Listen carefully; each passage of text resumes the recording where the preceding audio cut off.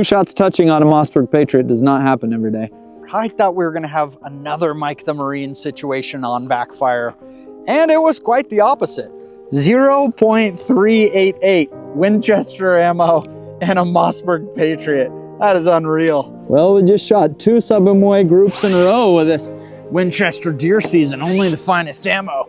One of the most hilarious parts about running this YouTube channel is our email inbox. We get a ridiculous number of inquiries of people that basically just want a free ad for whatever thing they invented. And Garrett was just feeling a little interesting one day as he was going through the inbox. And so he said, you know what? I'm just going to let one in. Let's try this thing. So we invited somebody out. He's brought his device. We're taking our worst guns we've ever, well, not among the worst ones. We certainly have the Mossberg Patriot. This is the second one. Gavin from Ultimate Reloader has the first one that he fixed. But this one is problematic. It's a Christensen, that's all I have to say.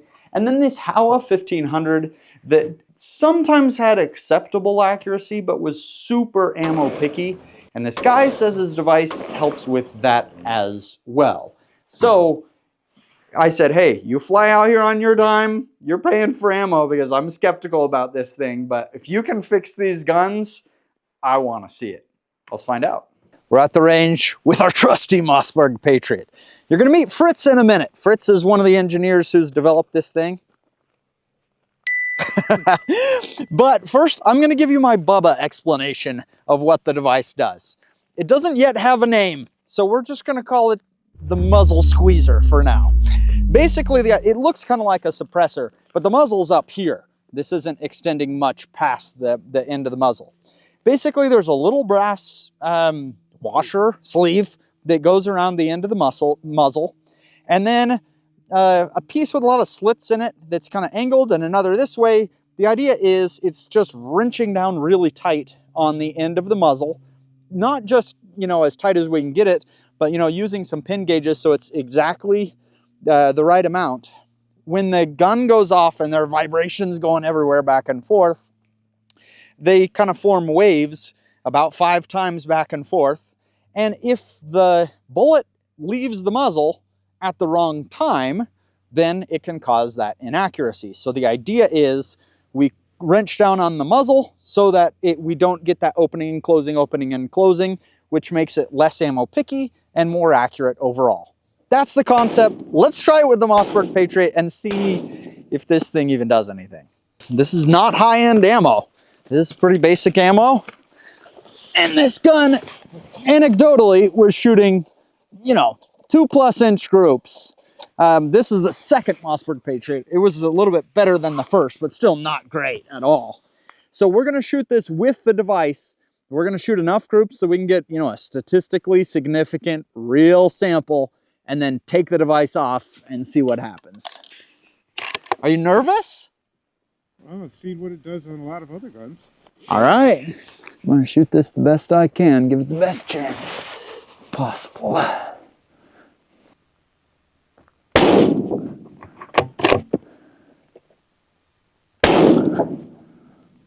Okay. Those are probably within an inch.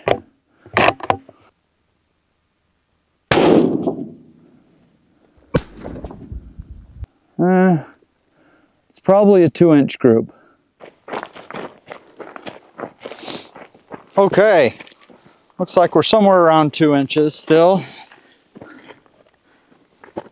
Go center to center here. 1.756. Okay, so our first group, we're not sub-MOA yet, but we're still very early. And I would also say that this gun is, you know, quite bad. That's one of the better groups it's ever shot. So we see some promise, but still, you know, well, we want to see better, right? But it should make a good improvement. Sure.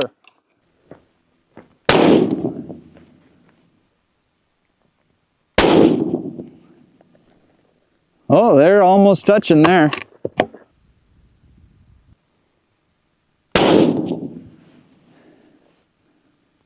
There you go.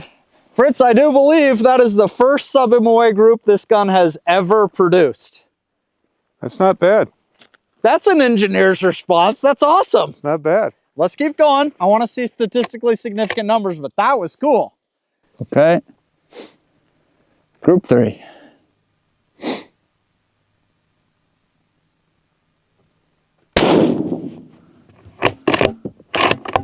Well, that's interesting. There was a huge point of impact shift there. Yeah, it shifted to the right on you.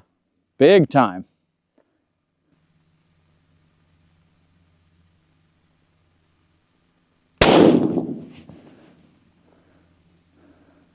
So now you're just a little bit above the bullseye.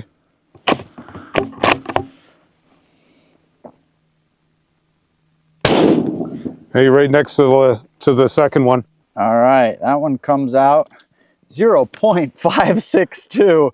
It isn't just sub-minute, that's just about half minute from a cruddy gun.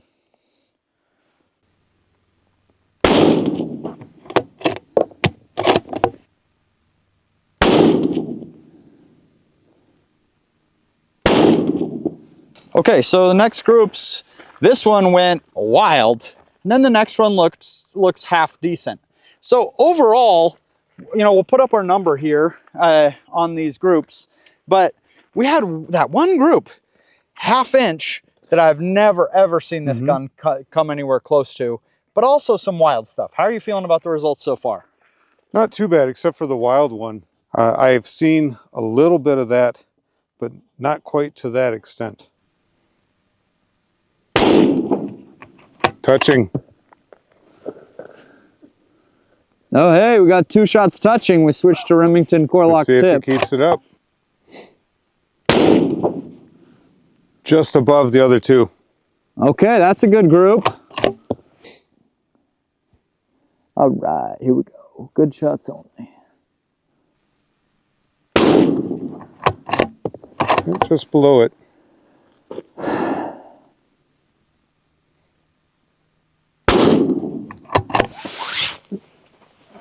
Not too bad. 0.388 Winchester ammo and a Mossberg Patriot. That is unreal. 1.87.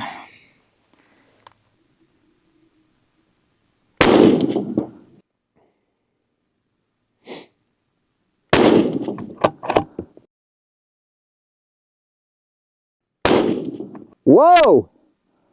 That's not good. So that is fascinating that we didn't change the scope at all.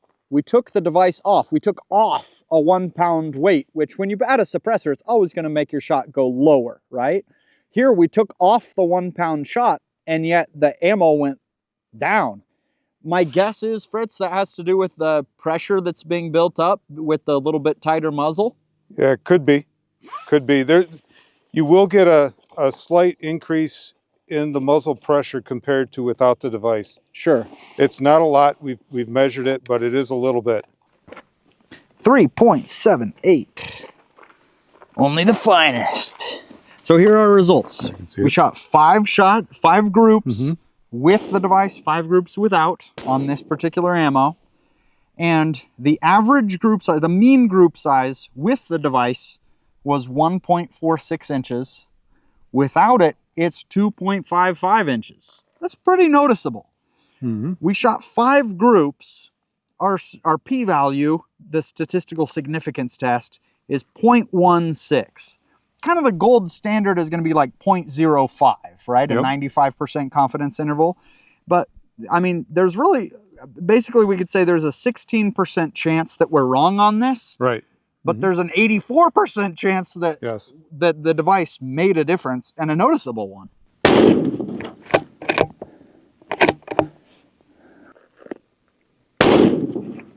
Up towards the middle. Wee! Oh! It is bigger than the calipers, this group. We'll have to... This Mossberg Patriot sucks. So that is 6.098 plus 0.4. Our second load test with the federal ammo, with the device, 1.7 inches on average. Without the device, 2.95 inches. You almost cut the group size in half. Pretty close. Now, there is such a variance in the data because it's just a bad gun. Our p-value is 0.28. So essentially there's a 28% chance that the data came from the same set, but still combined with that other test, it's looking pretty good. Well, and plus there was the one shot that actually went Off the page. Yes. So well, we got a little data integrity problem. So we shot 1, 2, and off the paper. We can't just reshoot a different group because obviously this was a very bad result. So we're going to measure it just to the edge of the box and say it can't be any better than that at least. And then this shot actually belongs to that group over here. This gun just fell apart, and that's just the Mossberg Patriot. It just throws a tantrum sometimes. we only estimated that as, okay, it could have been this close. Right. But it was possibly further. So two different loads, both of them we saw a significant improvement. Mm-hmm. This is pretty impressive. I'm not going to lie. This is looking good.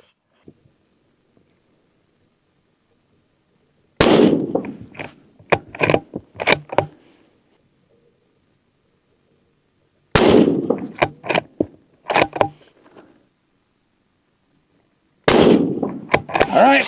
That was actually not too bad. Okay, so Mossberg Patriot, one of the worst rifles we've ever had. With the core locks tipped now, the average group size with the device is 1.5 inches. Without the device, average was 3.71. Less than half the group size. And then go back to the others, the Federal. And that, I might say, our p-value is 0.002. Yep, so we are very sure that the data sets didn't come from the same one. So 0.2 chance of being wrong. That's really impressive, especially with only five groups here. The Federal ammo went from an average group size of 3 inches to 1.7, roughly half, a little bit bigger than half the group size. With the Winchester ammo, 2.55 inches to 1.46 inches. Mm-hmm. All three of them showed significant improvement in accuracy. I'm amazed. But now I think what I want to see, and I think probably a lot of people, is, okay, we've taken an example of a very poor rifle, and we improved it a lot, but it's still, 1.5 inches. Yep. What happens now if we take a rifle that's just decent, but it's, the thing that we see so commonly with rifles, it's like MOA-ish, Right. It's like 1.5 inch groups. Every once in a while, you'll get lucky and get under that kind of rifle and see if we can close that up. All right, Fritz, next we took a Winchester Model 70 and just very average accuracy for the age of the rifle with nothing on it, just shooting normal. It was 1.63 inches is the mean group size. And again, we're shooting 5 groups, right, to make sure we get a pretty decent number.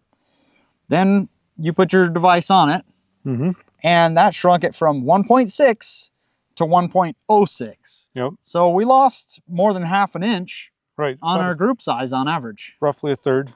That's pretty cool. Yep. Because I feel like this is where it would be most useful. If a rifle is as trashy as what we've seen, I mean, it takes it to less trashy, but it's still not usable. This is not very common. This is about where most of your reasonable quality hunting rifles are. You see a lot of that stuff. Yep. That's very cool. We've tested this. I will also say we tested some other rifles, but we're honestly running out of daylight. It takes a long time and a lot of brass to run these statistically significant tests. And so these are the ones we're showing, the ones where we ran all of it, but we haven't seen any examples where the device didn't help. So I gave kind of the Bubba explanation here. We want to talk to the expert now and get the more detailed explanation of how this is working. This piece right here, we call this the muzzle cap. It goes on the front. This top surface will meet up with the crown of the barrel, and it basically keeps the gas from coming back through the rest of the device. This we call the breech cap. This is the business end of it, where you tighten this down on the body, and it's a huge force amplifier is basically what it is.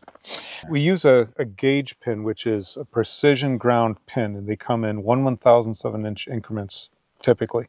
You can get them finer, but that's the common. And so you can measure when you can take a pin, okay, this pin fits in there before you start. Okay, as you tighten it down, it'll get tightened up. So before it gets too tight, pull it out, put the next smaller size in, and continue to tighten until that one is moving freely, but it's obviously closer, right? The range of barrel sizes this will fit, I'm going off memory right now, but I believe the largest one is 0.690 inches in diameter. And the smallest one is, I believe, 0.550. Mm-hmm. And that's within the last roughly 3/4 of an inch near the crown. Has to be able to fit this on the back end, but that's generally not a problem with the size of the parts that are on the other end. What is the verdict then on the device? Look, they told us to take some poor performing hunting rifles. We're going to put this gadget on and it's going to fix it.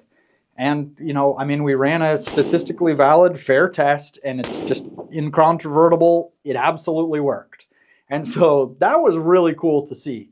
Now, that's a different question, though, than is this commercially viable?